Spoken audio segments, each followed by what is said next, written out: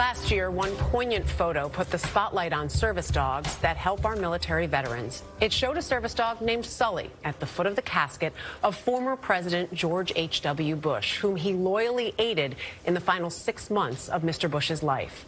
But Sully is just the best known of the legions of dogs doing this important work. Correspondent Don Daler got a closer look and joins us now. Don, good morning. Good morning. Veterans who survived war zones can face all kinds of challenges, from traumatic brain injury to PTSD. And these dogs have proven to be both beloved companions and caregivers on their road to recovery. That includes Sully, who's now back on the job helping other members of the military.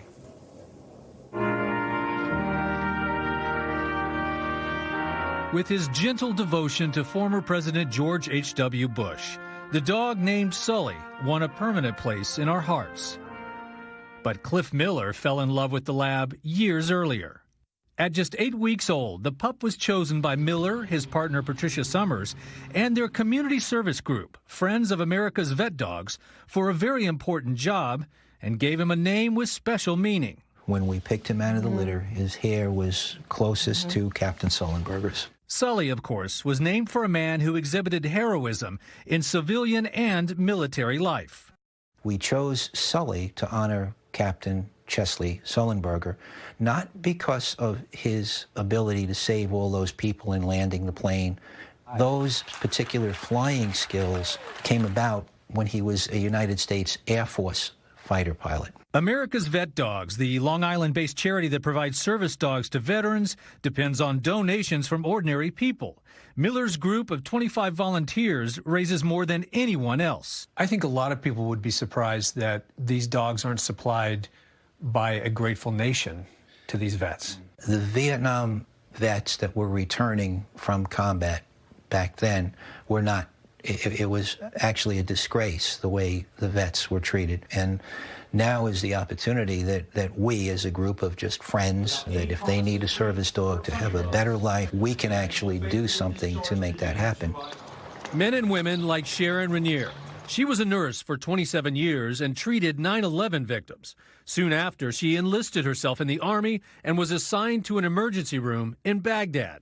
What was that like? We were having rockets and mortars lobbed in all the time. Did you have an idea then how it was affecting you emotionally? I think it hits you a little bit later. You just become almost robotic to what's going on. After 10 years in the United States Army, Sharon decided it was time to hang up her uniform and try to return to civilian life.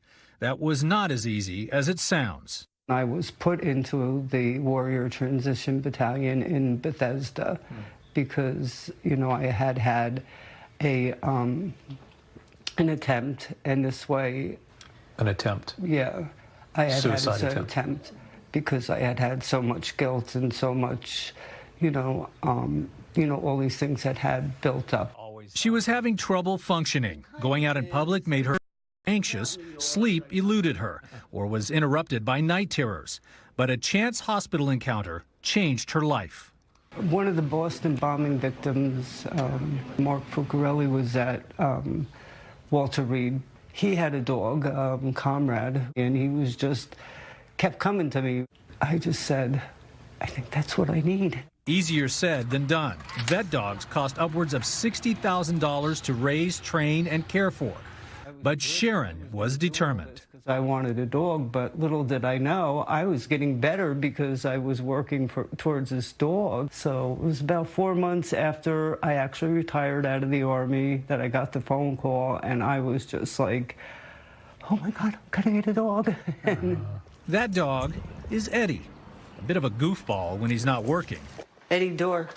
But all business when he is. Yes, Eddie, good job. The 4-year-old Brindle Labrador never leaves her side. I woke up and I could not believe that this was possible, but I have night terrors, and Eddie interrupted my nightmare, night terror, the first night I had him, and I was like in tears the next day. If he did nothing else for me but that, life was going to be great. So is being out like this something you could have done before, Eddie?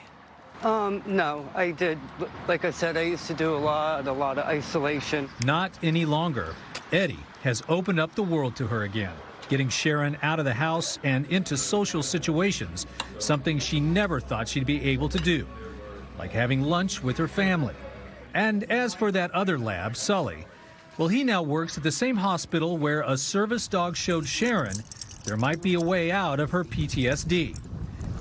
Sully is now part of a team of rehabilitation dogs at Walter Reed Medical Center in Bethesda, Maryland. Samantha Murdoch is one of Sully's handlers. We have a list of ward patients where they go out and get visits every day. Sully, stand.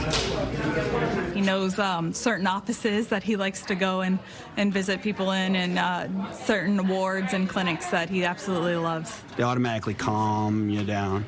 They put you back, they put things back in focus, right? Navy sailor Robert Hunter.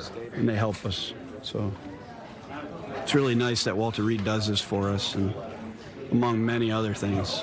Sully and the other dogs also help military beneficiaries, like 11-year-old Camden McAlpine, who is diagnosed with a rare immunity disease. The dogs come and you can just like it just makes you feel a lot happier to have a dog just with you. It's not always medicine that heals. Sully, salute. Yes, good boy. Sometimes just having a friend can work miracles. Now, Cliff's group actually names all of the dogs they sponsor after honorable military heroes as a way to carry on those legacies. Sharon and Eddie are hoping to travel soon to bring awareness to the many issues our current veterans are facing. And as for Sully, he'll be serving patients at Walter Reed for as long as he can. How old is he? Sully, I think he's 7 or 8. I'm not positive, but yeah. I mean, you really understand the power that these dogs can have. With Sharon's story about how the dog on the first night woke her up from night tremors, I mean, that's extraordinary. They're making people, they're making people functional human beings. They are literally saving lives, and Sharon wants to bring attention to the issue of suicide among veterans that we've talked about. It is an enormous problem, and these dogs can really help with that. Yeah, and there are other groups I know that do some of the training for the dogs, but same thing, you've got to get money to them because they're not supported. It's not government. Exactly. But we thank